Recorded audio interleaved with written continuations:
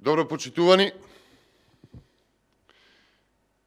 Хеликоптерите служат за екскурзии на режимот, за креање на рейтинг, наместо за помош на луѓе, за спасување животи како во Кратовско, каде луѓе беа оставени без помош, иако ја барале. Беа оставени на раце да носат човек 5 часа низ шуми, за да му го спасат животот. Хеликоптерот е ефтин само за деспотот и за неговите пажови. Толкава нечувствителност на едно место збран немало.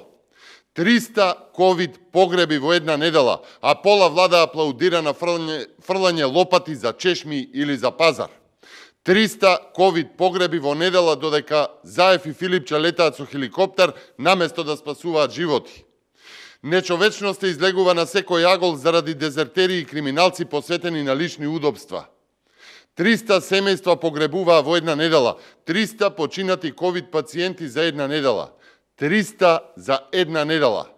33 во неделата, 41 во понеделник, 33 во вторник, 32 во среда, 29 погреби во четврток, 50 жртви во петок, 45 во сабота, 35 во недела, 298 ковид погреби во една недела. Колкуми на однив ке се спасеа да почнеше имунизацијата на време, без фантом фирми, без провизии, без лаги за склучени договори. И повторно излажаа за почеток на вакцинацијата. Еве го резултатот за таа последна недела.